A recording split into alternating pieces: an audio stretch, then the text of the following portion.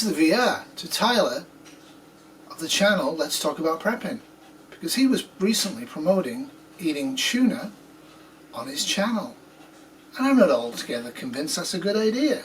I'm going to eat this. So you can get military type can openers, or you can buy nice little ones like this that work like this. And I always go with the easiest over the hardest, and I think military can openers have a role. I'll put it down because I want to spill it. But what does vegan tuna taste like? Does it in fact taste like tuna? Well, it's been about 18 years since I actually tasted tuna, because I went vegan and quit food first that was made from fishes before I quit dairy. That's what it looks like. Smells really nice. So this is the black pepper version. Lots of oil, lots of salt. This is absolutely delicious. I recommend this. And it has some advantages over real tuna. So I'm just going to put up some pictures. Human beings are really dumb, and we don't notice slow change that happens over time. And these pictures are from one catch and one marina in Florida.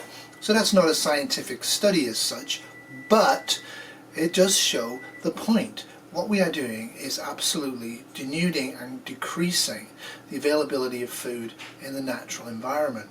And we're doing it willingly, and we're doing it each and every year.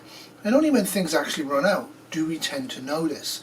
We don't notice that fish is getting smaller and smaller and smaller, and the catches are getting less and less impressive, until we completely run out, and then we're all going to run around screeching, which is why I and others are prepping for a climate collapse and an ecological collapse. You probably are not, but whatever you're prepping for, prepping food that can stay good and fresh for long term is critical. I really like this. I'll be buying a lot more of it. For health grounds and other grounds, I go vegan now, and in SHF I may go non-vegan for parts of the time. But really, I don't really consider that to be something I would be focused on. If you eat meat and dairy and fish right now, the absence of that in the stores is probably going to cause you heart palpitations. For me, I'm going to go whatever and get Kitty to cook me up some good grub. So we as a species are dumping about 200 to 400 million tons of heavy metals into the water supply and the oceans every year, and carnivorous fish are actually getting high levels of this because they eat the smaller fish that bottom feed, and etc, etc. So these slides will show you the fact that most tuna that you're going to eat is actually going to have levels of mercury in it, amongst other things that are actually toxic. So if you eat tuna and grid down 3 or 4 times a week, over time you're actually going to experience mercury poisoning. So there's 2 major complacencies here for preppers. The first complacency is that tuna will forever be there and available to be buying in the supermarkets or catching if you're a fisher person in Florida. That may or may not be true. It's looking increasingly like that is not true. The other main complacency is the toxicity of most forms of tuna that are currently available. For example, a lot of people do their tuna purchases for prepping in the dollar store. I can't guarantee it, but what's the mercury level?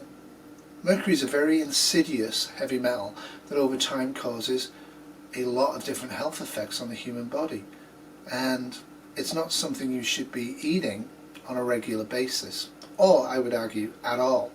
Anything with contamination of mercury, you probably shouldn't take it in. So just round it out a bit, this is some commonly caught sports fish, and this is the mercury levels, and as you can see, even the tuna has significant mercury levels in it that if you eat a lot of it can cause a disease, a specific disease. And this isn't limited to tuna. A large number of freshwater fish now caught in North America and probably Europe, though I don't know the figures for that, but certainly in Japan and China, have significant toxicity. So does the water itself, which is why I say get a Berkey water filter and buy the black filters to filter the water and get clean drinking water, and add in the white filters underneath to get rid of mercury and arsenic. It's a severe problem. Now, the major illness that you would expect to receive if you eat a lot of mercury contaminated fish, i.e. a lot of tuna, is called Mimata disease, because it was actually first noticed in Mimata, Japan, and it's serious mercury poisoning that came from eating contaminated seafood.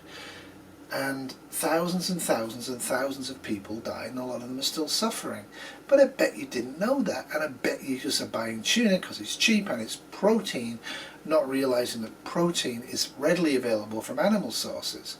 There's also methods of buying fish that don't have significant levels of mercury poisoning. It's not in the interest of the EPA, nor in the interest of the consumer industry to highlight just how poisoned our food supplies become in 2019. But as preppers, you need to take ownership of this and figure it out. What exactly am I eating? And is it safe to eat it regularly? Is it okay to give this to my 3-year-old daughter? But tuna is a good source of protein and other things. And as you can see from this one, if you buy vegan tuna with sea salt, I was using the black pepper version, though I do have the sea salt variety available, you will see that it is actually full of stuff that you can eat. Pea protein, pea starch, water, olive oil, potato starch, sea salt, seaweed powder, organic agave nectar, organic apple cider vinegar, pepper, komjak powder and ginger. What are you eating? What are you putting in your mouth? What are you going to eat weekly or even more frequently and grit down? It isn't something to overlook. Everybody out there can spend a lot of money buying lots of rounds of ammunition and lots of really nice tactical vests and lots of really nice automatic and semi-automatic weaponry for grit down to keep their family safe. But what are you shoving in their mouths every day? Are you shoving in something like this? Or are you shoving in something that's just generic mercury-riddled tuna that's been caught from the oceans in ways that are actually destroying the biosphere of the oceans, which will cause SHTF? Like, really, think about it. Food is worth spending money on. It's not getting cheaper, and it needs to be thought about. It's not that difficult. You can see what's in this, and I'll put a slide up to show you, but it's not actually anything other than food. It's been a bit extracted to make it tuna-like and chunky-like. The less extracted, the more just 3 or 4 ingredients that are actually foods. That's what you should be trying to store. And the only reason to store tuna is to get a protein burst. And the only reason why I wouldn't store tuna in large amounts is the mercury contamination. And also for me, I don't want to actually contribute to the destruction of the earth. Some of you may not care about that, and that's just totally doodly doodly, but you should care about putting mercury into your mouth and getting diseases and becoming weaker because of slight mercury contamination. Now you're probably saying it doesn't matter, I hardly eat tuna, but a lot of people have tuna and chili mac as basically their only 2 types of meat, maybe spam as well. A lot of the beef rendered products that are actually put into chili, tins of chili and spam, may not actually be that great for you either. It may have a lot of contamination from things like antibiotics and also prion disease. There's a whole bunch of issues there. You need to eat good food now as a prep. You need to eat great food in SHTF, because let's face it, the cards are already stacked against you. And if you want to just chomp on real tuna once or twice or 3 times a week, bear in mind, specifically the children in the group are going to get mercury contamination. This isn't me just going, this is pretty well documented. And I think most people know that tuna is associated with mercury. And the way the corporates are dealing with it is to point out the 7 major types of tuna that we eat. And some of them are highly contaminated and some of them are medium contaminated. So they push that information out there to give you the impression all of them are just low level, so it's not to be worried about. It is to be worried about.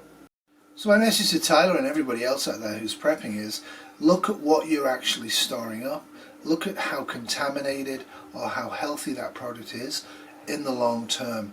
think about giving it to a child. So whatever you're storing up, make sure it's healthy, make sure it's going to help you thrive and survive in SHTF. Remember, if you don't prepare, tomorrow will always be worse than today in SHTF. So get preparing.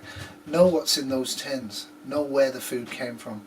Know what the risks are of that food in the long term. Toodles.